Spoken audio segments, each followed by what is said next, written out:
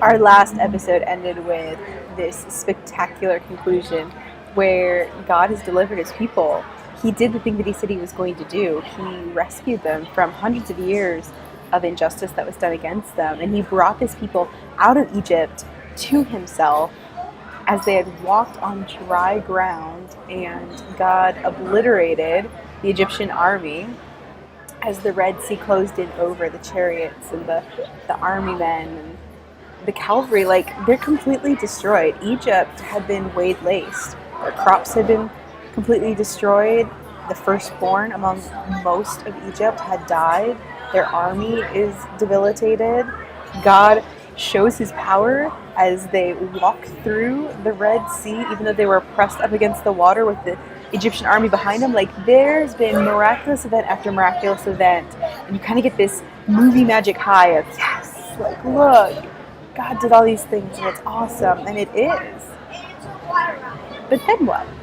Like, what happens after the movie magic ending? We don't usually tell the stories of, and then they lived.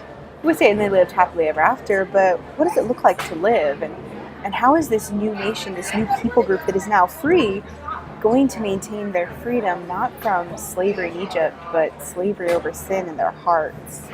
And so we come to today's reading and we see the 10 Commandments are given to Moses. God wanted Moses to bring that nation, that people, back to the same mountain that God spoke to Moses on. That was part of the promise. Look, Moses, I'm going to take care of you, and I'm going to do all these mighty things through you, and then you're going to bring the whole nation here, and you're going to worship me. And it's in that place that God reveals, here's the rules for living. Here's how to keep safe parameters around yourself. Here's the boundaries in order to live a healthy and abundant life. And we come to know them as the 10 Commandments. There actually were many more than just 10. We just kind of summarize them because they're like very easy to understand, easy to grasp. Don't murder, don't commit adultery, don't bear false witness against your neighbor. There's a bunch of don'ts. There's also a bunch of do's as well. But hidden inside of that, we even see some of God's character. So we're going to read today in chapter 20, and we're going to start with 2. It says, I am the Lord your God, who brought you out of Egypt, the land of slavery. You shall have no other gods before me.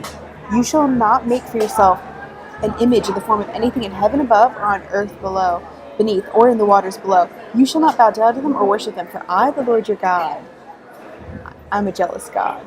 Now, we don't often think about jealousy as being like this really great thing, and I think that's because we can see a lot of attitude and cattiness in jealousy in a lot of our human relationships, but this is actually very good. The fact that God is jealous shows, like, I'm so passionate about our relationship, it's you and me. There's no other gods before me. There's no other idols. We're not going to give credit to images that were made out of stone or wood or metal. Like, that's not the way this thing works. I'm not going to do mighty works from my hand and then have you say, oh, that stick did it for me. No, you shall have no other gods before me. I am a jealous God. Then he goes on to reveal his character a little bit more in verse 5. So it starts with, I, the Lord your God, am a jealous God, punishing the children to the sin of the parents to the 3rd and 4th generation of those who hate me, but showing love to 1,000 generations of those who love me and keep my commandments.